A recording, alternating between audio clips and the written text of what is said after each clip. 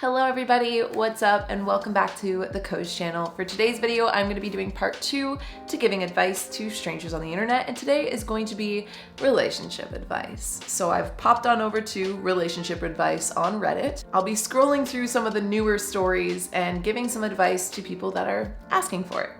So feel free to pour yourself a nice cozy beverage and, settle on in, because today we're giving lots of advice.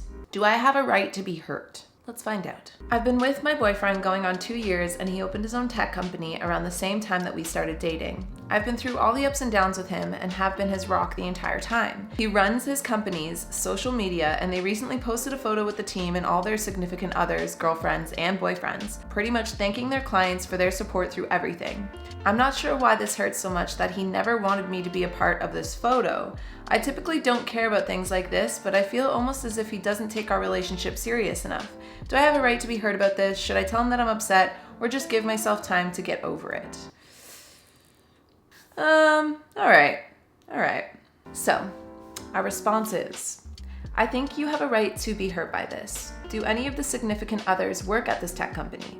Could that be the reason why they were included in the photo, or is it more so including the support system of the original team along the way? You are within your right to bring this up to him, in my opinion. If everyone had their partner in the photo as a visualization of the support through starting, launching, and running a new tech company, and you have been there technically since it started 2 years ago, then obviously your mind's going to ask the question, why was I not included? If you do decide to bring this up, I would begin with mentioning that you're happy for his success with the company and don't want to take anything away from that, but you felt hurt from the exclusion and have done your best to support him over these 2 years, so you just want to know if there's any specific reason he didn't include you in the post. It could simply be that he just didn't make the connection. It sounds unlikely, but if he's running a new business and the social accounts, it may have just slipped his mind in the overwhelm of things to do. That said, you have every right to feel hurt from the exclusion from the post given the context and the fact that he was the one who posted it. Wishing you luck. Boom. All right. That was a good warm-up.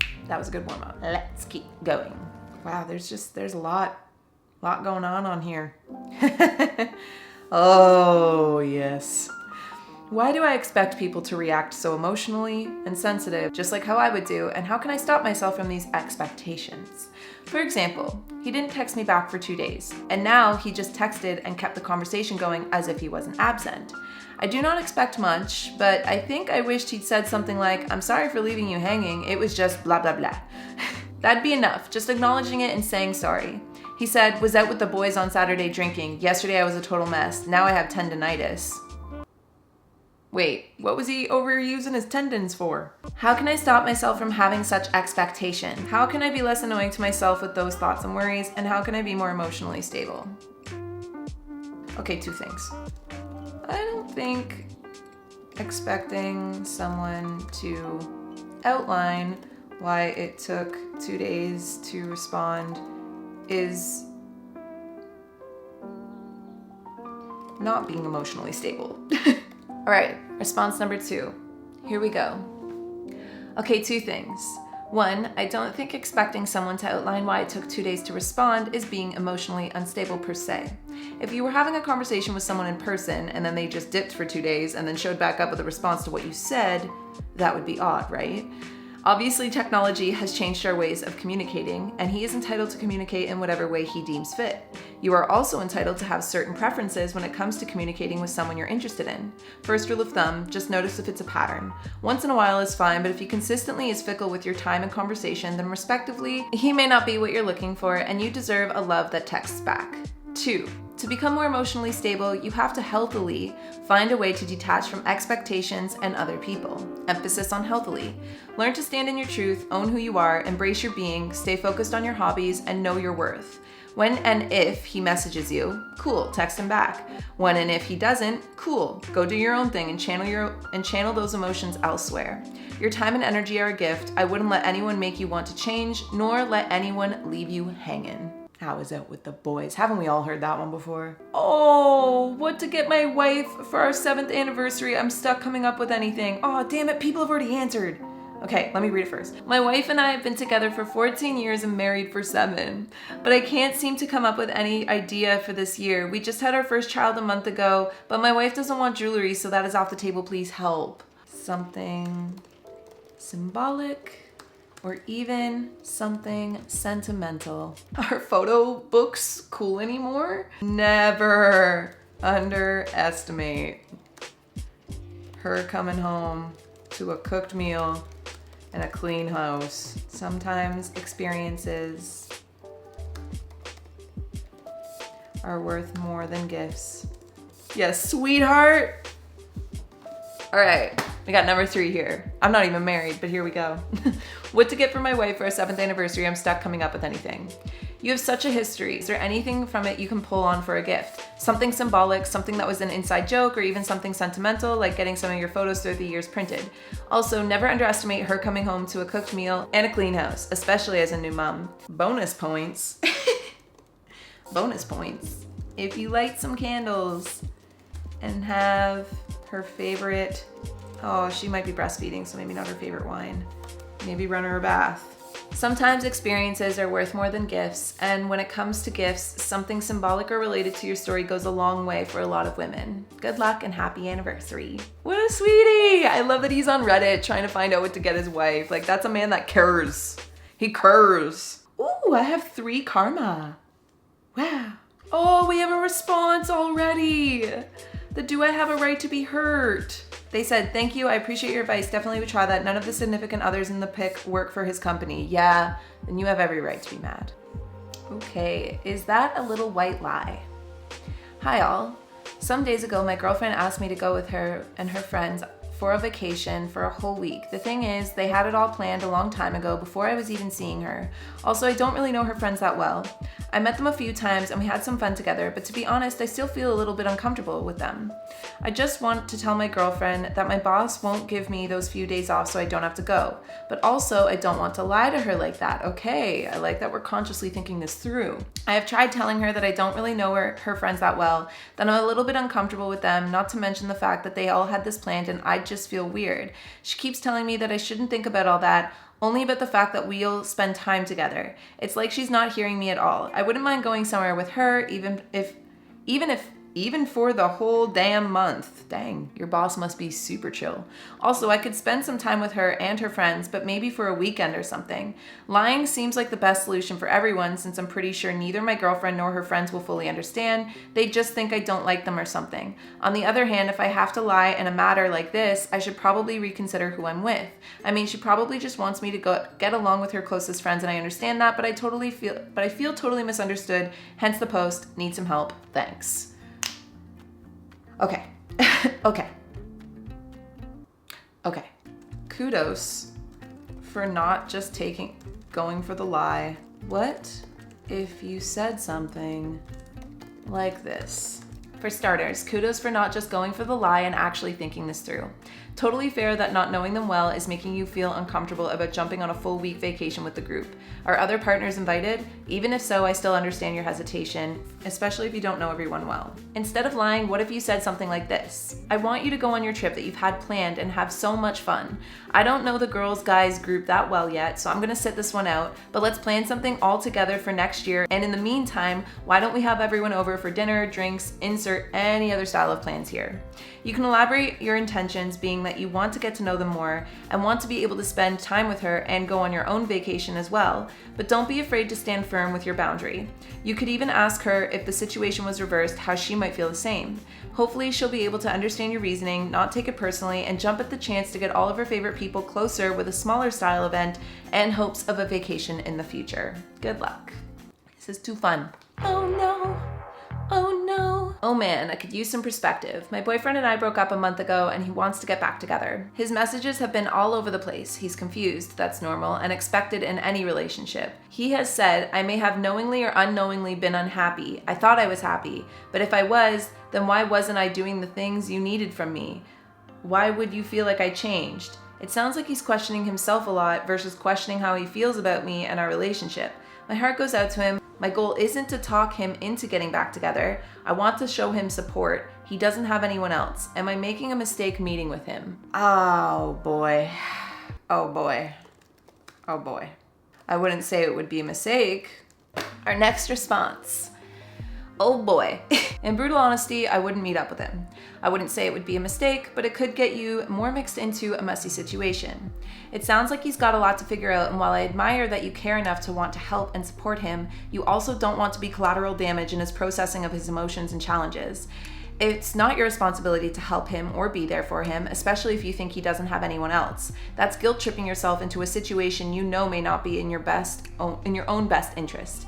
Just triple check with yourself that not even a single small part of you is hoping that you'll get back together, because if so, it's worth being brutally honest with yourself too and looking out for your heart. If he was firm in his decision of wanting you back and was making all the right moves / proving so with his words and actions, it would be a different story. But it sounds more so like he's all kinds of confused and going back and forth with his decisions because he has no idea what to do. And personally, I think you deserve someone who absolutely wants you despite any other confusion going on in their life. Figure out the boundaries you need and affirm them. Protect your peace and heart for someone who can handle both of those things with care. Good luck. Just be careful of that, because I feel like when people do get really confused and lost in life, it's super normal to go back to what you knew, to go back to what is comforting. So I think a lot of people, when they're not sure what to do or they're lost or they're confused, they'll like reach out or try and get back with an ex or whatever because it's comforting and it's known. But it sounds like he's going through lots more confusion than that, and whoever that person is deserves better. Girls, please help. Gladly. Hey again. Just wondering if you girls had any idea why this happened to me. I was on a date with a girl I matched with on Hinge and got a date quite quickly. It was my first ever date, so I was quite nervous, but at the end she said that it wasn't awkward, but thought it was more friendly and if it was all right if she unmatched me. Well, that's brutally honest. I stupidly said I thought the same, sort of agree with her, but I don't know why she'd unmatch me if it went well or thought of me as more than a friend. Does it mean it went really bad? It definitely does not mean it went brutally bad. It definitely does not mean the date went bad. Just that there wasn't a spark or further compatibility between you two. It sounds like she was possibly letting you down easy. That said, try your best not to take it personally.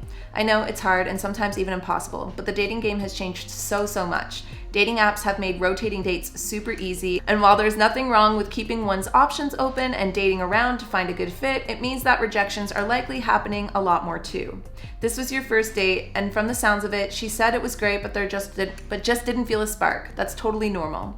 Keep going on dates, and you'll eventually feel a spark too. When that happens, you may understand what was missing from this particular connection. Don't let it discourage you. This was just the first pancake. Ta-da! Oh boy. Okay, let me go get my camera battery because this is a big one. It says, I don't want to break up with my boyfriend, but I can't fall back in love with him either. Before I start, English isn't my first language, so I'm sorry if I get some of the words mixed up. My 24 female boyfriend, 25 male, and I have been dating for 2.5 years and living together for 2. When I first met him, I honestly didn't think he was all that good looking, but I thought he was super cool and I loved his personality so much. For the first year of our relationship, I was head over heels for him. Then as our relationship went on, I started seeing how emotionally immature he is. He would have breakdowns every time we argued to where he would start crying, and one time he pretended to faint. I wanted to believe him, but I know he faked it and it was very obvious. After a lot of arguments, I started becoming super distant to where arguing became more of a drag just because I didn't want to sit there and watch him go through his emotions, which I know is really messed up because partners are supposed to be there for each other, but I think that was the beginning of me falling out. It turned me off to see he wasn't able to handle his emotions. It wasn't all just him though. I know that because I started feeling so tired of him, I started to avoid wanting to spend quality time together or having conversations overall, even when we were good. Our sex life pretty much disappeared because I can't bring myself to get into it and he can tell. Even with that said, in the past few months, things have gotten better in a way that we don't really argue anymore. Although I still see some toxic traits in him, he's gotten way better at being able to solve our issues without him freaking out. I still think he's really cool, but I just can't feel a strong connection anymore. When he's at work, I miss him, but once he comes off, I get tired of him right away, and I spend the rest of the day on my phone or watching TV. I truly do want to get into him again because outside of these things, he's a really good boyfriend who supports me in everything I do, and I know he loves me a lot because he always makes sure to show me and make it known. I just don't know if I can get there again, and I don't know anyone who's been in a similar situation, so I don't know if I'm fooling myself into thinking that I can love him again or if I should call it quits for both of us. So here's the response. This is tough. Even though I haven't been in your situation exactly, I have had those same debates over whether the relationship could rekindle or if it was fizzling. Hopefully some of this can help. For starters, long-lasting love will have lull periods, times where you may not want to rip each other's clothes off or make out, times where every little thing the other person does seems more annoying than usual, times where you may paint your partner in a different, unflattering light, collecting memories as bias towards the new perspective you're seeing them in. Staying in love doesn't mean these things don't happen. It means knowing they will and navigating those experiences when they do.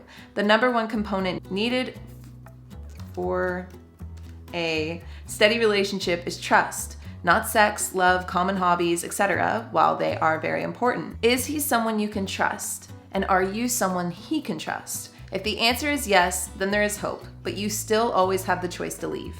Love is often confused with lust. Lust is important in a relationship, but it isn't the same thing as love. Love is seeing someone at their worst, knowing their flaws, and still waking up and choosing them every day. That said, you don't want to love someone in their flaws if they are unable to see these flaws for themselves and work on them. And this also goes both ways with our own flaws. It sounds like your boyfriend might be taking the efforts to resolve some of the issues you outlined, which is a really good sign. The sex will come and go, and there are lots of things you can do to reignite that spark, so I wouldn't worry about that as much. Unless after working on it together, the spark still doesn't ignite, then it might be worth further focus or debate. Here's the thing, you've got to be brutally honest with yourself about a few things. 1, it sounds like he's super supportive, loving, and someone who brings you comfort, missing him while he's away as an example. Is this why you are staying? 2, what do you bring to him in the relationship? How are you supporting and loving towards him so that he feels the energy too? 3, why does his showing of emotions, outside of the extremes such as fake fainting, make you uncomfortable? There's a lot of unfair bias out there that men shouldn't show emotions. That said, he's allowed to own his emotions and you're allowed to not feel attracted to that personality trait. It's not personal to him, just knowing what you're attracted to versus not. And then 4, make a list of the things you value and want most in a relationship and try not to think of your current one as you do. Once you're finished, then compare it to the values and traits of your current relationship and see if it lines up or if there are major things missing. For example, let's say you value trust, monogamy, growth, quality sex, and adventure, but your relationship only gives you trust. This is something you can share with your boyfriend and encourage him to write a list of relationship values too. If you work on it together, maybe you can build the relationship you both desire or learn for good that it isn't working. Sorry for the novel. Just know how confusing your position can be, so want to provide you with as much help as I can through a screen. Good luck. Yay. Oh my gosh, we have more karma. So that was me giving relationship advice to strangers on the internet. Let me know what you guys thought about the advice down below. Would you have given some different advice? Give me some perspectives, or are you guys relating to any of the situations today? Outside of that, I'm sending you guys so much love, and I will be working on a giving members and subscribers advice video or series coming out soon as well. So hang tight, this advice will not just be given to strangers on the internet, it'll eventually be given to you guys too, for those of you guys that want it. And with that, I'll talk to all of you guys in the next Koze video. Bye guys.